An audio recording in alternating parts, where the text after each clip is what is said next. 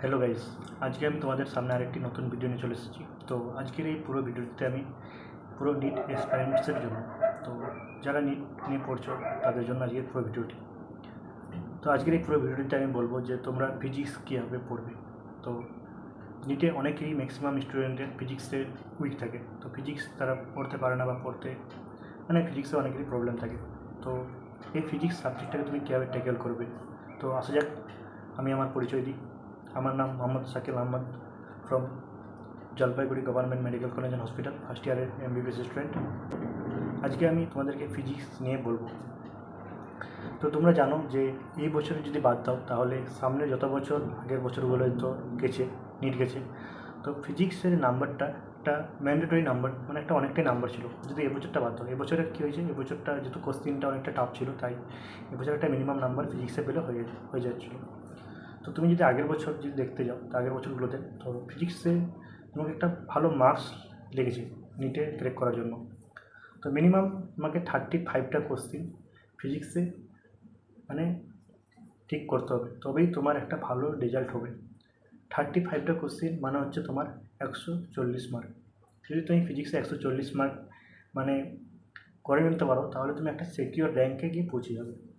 আর এটা হচ্ছে ফিজিক্সে। তো ফিজিক্সে তুমি কীভাবে পড়বে, তো ফার্স্ট অফ অল ফার্স্টে তোমাকে সিলেক্ট করতে হবে টিচার, যে তোমার যে গাইড, যে তোমাকে গাইড করছে, যে টিচার রয়েছে, সেই টিচার তোমাকে কীভাবে কনসেপ্ট দিচ্ছে এবং তুমি যার কাছ থেকে বুঝতে পারছো, কনসেপ্টগুলো ক্লিয়ার হতে পারছে, তার কাছ থেকে তোমাকে কনসেপ্টগুলো ক্লিয়ার করতে হবে ফার্স্ট। তুমি দেখবে একটা চ্যাপ্টার পড়তে গেলে একটা চ্যাপ্টারের অনেকগুলো সাব টপিক রয়েছে, সেই সাব টপিকের যে পয়েন্টগুলো রয়েছে, সাব টপিকগুলো রয়েছে, সেই সাব টপিকগুলো তোমাকে সেই টিচারের কাছ থেকে বুঝে পুরো ক্লিয়ার করতে হবে একেবারে। তারপর তোমাকে কী করতে হবে সেকেন্ড, যে তুমি যদি দেখতে যাও নিটে, আর এখন যে পিআইকিউ কোশ্চেনগুলো রয়েছে, একটা পিআইকিউর জন্য বিভিন্ন বই আছে, বিভিন্ন রাইটার, বিভিন্ন কোম্পানির বিভিন্ন ধরনের বই আছে। অবভিয়াসলি তোমাকে পিআইকিউ ফলো করতেই হবে, মাস্ট। তাহলে তুমি যদি পিআইকিউ দেখো, পিআইকিউ যদি পড়তে যাও, পিআইকিউ যদি প্র্যাকটিস করতে যাও, তো ফার্স্ট অফ অল তুমি যে টপিকটার ক্লাস করলে সেই টপিকের যে পিআইকিউটা রয়েছে, পিআইকিউতে যে কোশ্চেনগুলো রয়েছে, সেই পিআইকিউ কোশ্চেনগুলো সলভ করো। যদি তোমার পিআইকিউ কোশ্চেনগুলো উইদাউট হেল্প ছাড়া সলভ হয়ে যায়, তাহলে তুমি ভেবে নেবে যে তোমার ওই টপিকটাতে তোমার কনসেপ্ট ক্লিয়ার হয়ে গেছে। দেন তুমি আরেকটা অন্য টপিকে যাও, কীভাবে তুমি একের পর এক ক্লিয়ার করো। আর হচ্ছে তোমাদের মনে হবে যে শুধু পিআইকিউ প্র্যাকটিস করবো আর অন্য কোনো বই প্র্যাকটিস করবো কি না।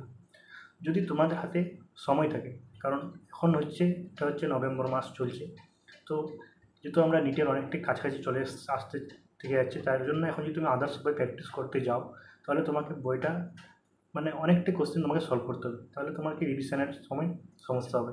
তার জন্য আমি বলবো যে তোমাকে যে স্যারের কাছে তুমি পড়ছো, ওই স্যারের নোট প্লাস হচ্ছে নিট পিআইকিউ যে রয়েছে, সেটা ভালোভাবে সলভ করো এবং কনসেপ্ট ক্লিয়ার করো। যদি তোমার কনসেপ্ট ক্লিয়ার হয়ে যায়, তাহলে তোমার পিআইকিউ কোশ্চেন সলভ হয়ে যাবে। পিআইকিউ কোশ্চেন সলভ হয়ে গেলে বাকি কোশ্চেনগুলো তোমার সলভ হয়ে যাবে আশা করি। আর যদি তোমার হাতে টাইম থাকে, তাহলে তুমি এনসিইআরটির যে ইনটেক্সের কোশ্চেনগুলো রয়েছে, প্রত্যেকটা চ্যাপ্টারে দেখবে এনসিইআরটি এক্সাম্পলের কোশ্চেনগুলো রয়েছে, সেই কোশ্চেনগুলো সলভ করো না দেখি, তাহলে তুমি দেখবে অনেকটাই এগিয়ে যাবে। আর নেক্সট লাস্ট যেটা বলবো আমি তোমাকে, যে তুমি একটা চ্যাপ্টার যখন শেষ হবে, তখন ওই চ্যাপ্টারের ফর্মুলাগুলো, যে সাব টপিকের যে ফর্মুলাগুলো রয়েছে, ওগুলো একটা খাতার একটা পেজে লিখে নাও। তাহলে তোমার কী হবে, যখন তুমি নেক্সট চ্যাপ্টারে শিফট হবে, তখন তুমি ওই চ্যাপ্টারটা পড়ার সময় আগের যে চ্যাপ্টারগুলো পড়েছিলে ওগুলো মিনিমাম তোমাকে 5 থেকে 6 মিনিট লাগবে একটা ফর্মুলাগুলো একবার দেখে নিতে। তাহলে তুমি কী হবে, ফর্মুলাগুলো যখন দেখে নেবে, বারবার তুমি ওগুলো রিভিশন দিবে, তাহলে তোমার মধ্যে একটা পার্মানেন্ট কী হবে, যে তুমি মনে রাখতে পারবে। তো এইভাবে তোমাকে ফিজিক্সটা ভালোভাবে স্ট্রং করতে হবে, আস্তে আস্তে আস্তে আস্তে আস্তে করে স্ট্রং হবে। একেবারে তুমি যে ভাববে যে ফিজিক্সে আমি একেবারে নাম্বার নিয়ে চলে আসবে, এটা হয় না। তো ফিজিক্স আস্তে আস্তে তোমাকে কনসেপ্ট ক্লিয়ার করতে হবে, কোশ্চেন প্র্যাকটিস করতে হবে, আগে গিয়ে যেতে হবে, টেস্ট দিতে হবে। তো তুমি যদি যখনই কনসেপ্ট ক্লিয়ার করে নেবে, তখনই টেস্টে তোমার নাম্বার অটোমেটিকলি আস্তে আস্তে ইনক্রিজ হবে।